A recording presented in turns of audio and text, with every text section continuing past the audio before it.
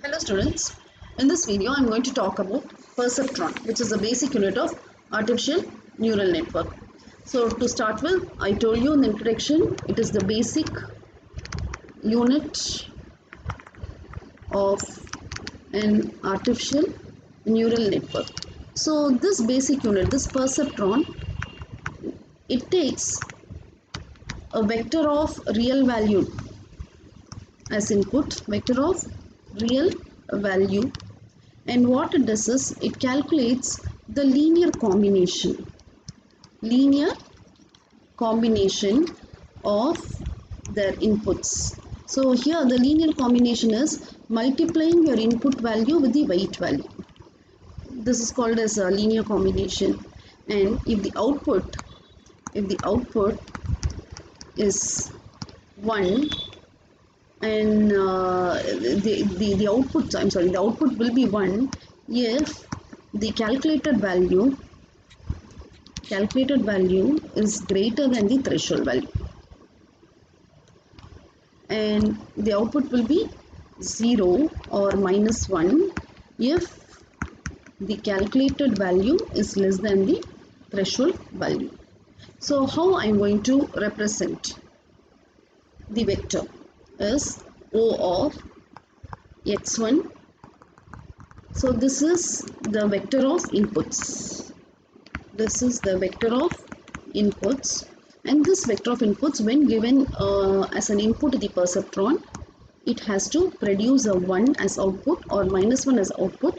So it will produce 1 as an output if omega naught plus omega 1 x1 plus omega 2 x2 till omega n xn greater than 0, or it will produce -1 as an output if otherwise.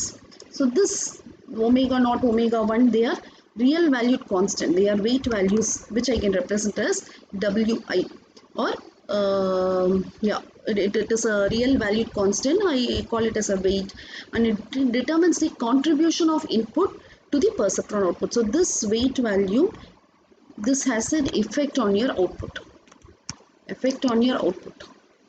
So if it is a positive weight, you will get a positive 1 at the output. If it is a negative weight, then you will have a negative at the output. Now what we do is, I am going to introduce a value called as minus W0. So this quantity W0 minus omega naught is a threshold, that is a weighted combination of inputs must surpass to get an output of 1. This omega naught is added so that your summation of omega I xi should be greater than 0. So what we do, we add one more constant called as x naught to the input. This is also an additional constant which should be equal to 1 always. So if this is added, then what happens is summation of I is equal to 0 to n omega I xi should be greater than 0. Or in vector form, when I want to write it in vector form, I can write it as omega vector dot x vector. You know why I mention it as vector form? Because it is a series of inputs, vector value of inputs. So w dot x should be greater than 0. Now O of x, the output of x, is equal to signum of w vector dot x vector. So this signum is the activation function which I have spoken in my previous video. Okay, so this signum, now this w dot x I can represent as y. So this signum of y, this general formula, it will be equal to 1 if y greater than 0, or it will be equal to -1 otherwise. So this is the basic of perceptron. Now I am going to teach you the representational power of a perceptron. So I will rub this off.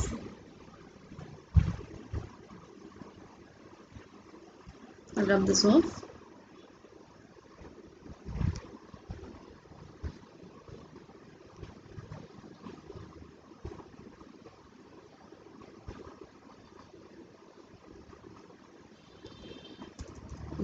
Okay, now I'm going to talk about the representational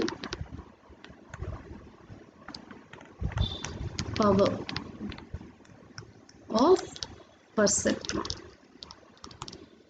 So we can view the perceptron as a hyperplane decision surface with n-dimensional space of instances. Instances, I have told you, instances are the data set. Instances are the rows in a data set. Rows in a data set. So how I'm going to view the perceptron as a hyperplane decision surface. So it is a hyperplane decision surface. So this surface is made up of n-dimensional instances. Now the perceptron output, it outputs a 1 for the instances lying on one side. When you see, let this be the hyperplane, and for this instances lying on one side, it will output a 1.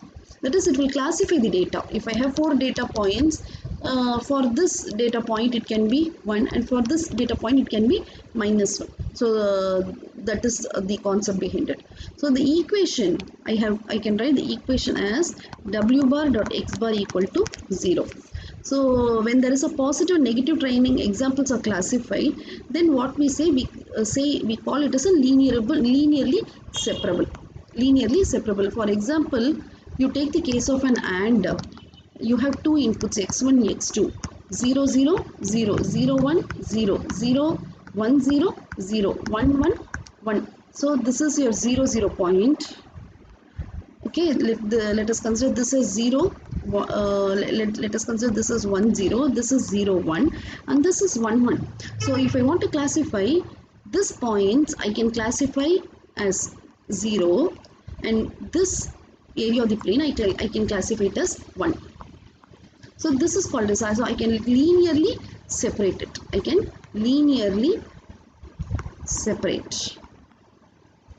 And similarly, let me consider an OR function.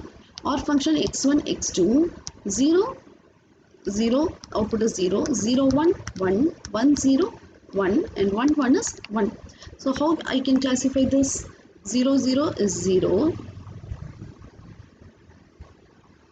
Sorry. 0, 0 is 0. Then this is your 0, 1 point. 0 1 point, this is your 1 0 point, and this is your 1 1 point. So I can classify as this. For this alone the output is 0, and for all these 3 points the output is 1. So this is the example of a linearly separable training examples. So what I do here is, the simple basic unit of perceptron I can draw as this. This is my summation function.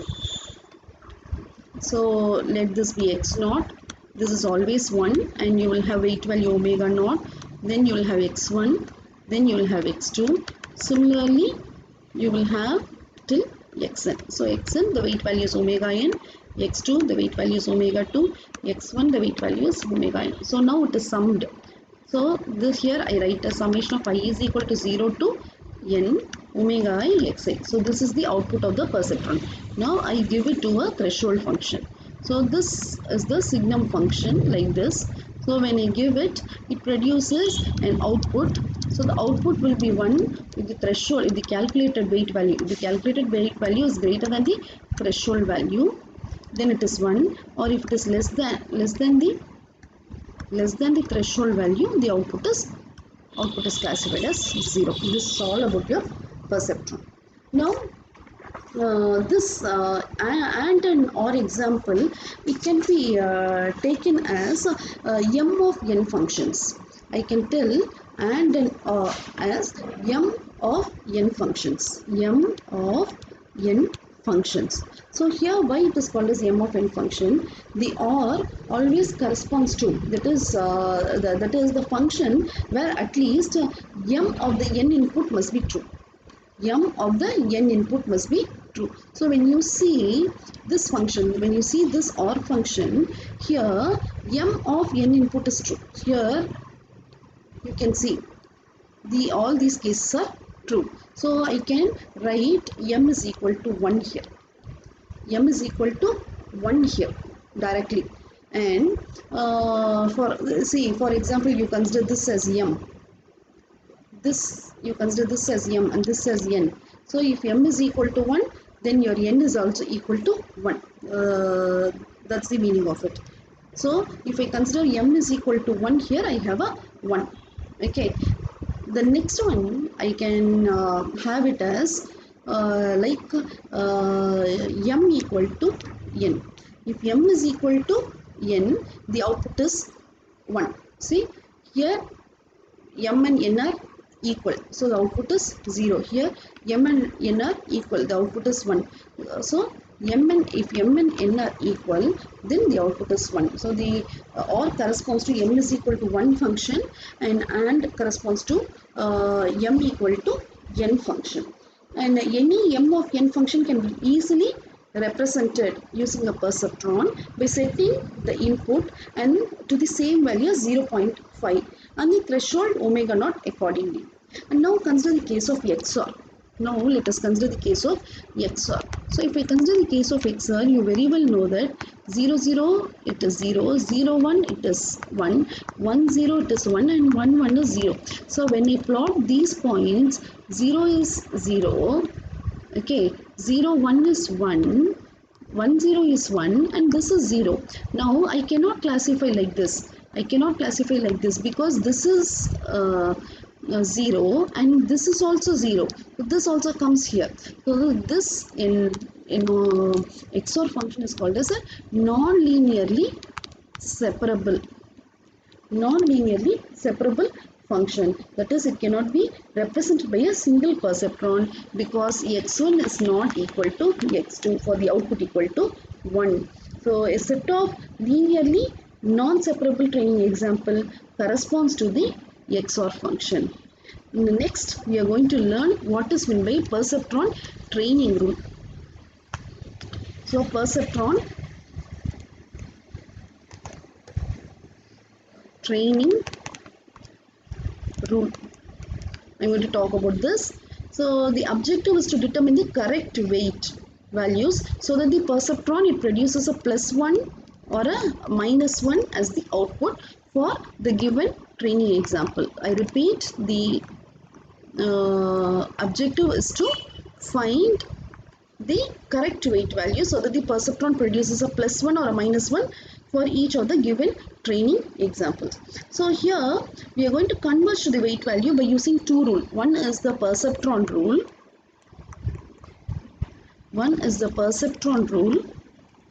The other one is a delta rule.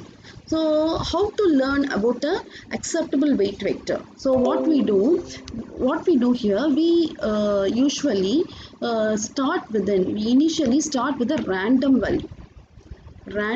weight value. So by having the random weight value, and we apply the iterations to the perceptron to the each training example, and we modify the weight value when there is a misclassification. So it can be modified. Your weight value can be classified as Wi is equal to Wi plus del Wi. So del Wi is equal to eta into t minus O of xi. T is the target, O is the output by the perceptron, and here eta is a learning rate. So this learning rate, it plays a very important role. It moderates the degree to which the weight has to be changed. So it can be of a very small value called as 0, 1, and it allows to be decayed as the iteration. Whenever the iteration increases, the value of this eta can decrease, and this t is the target output, and this is the output from perceptron, and this is your xi value input.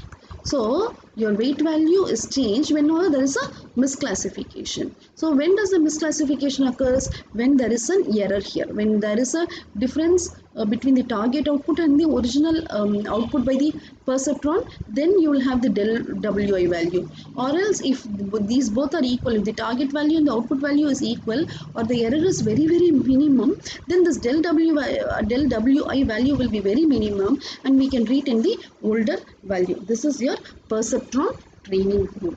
So about the delta rule, the gradient descent method and stochastic gradient descent method, we'll see in our next video. Thank you.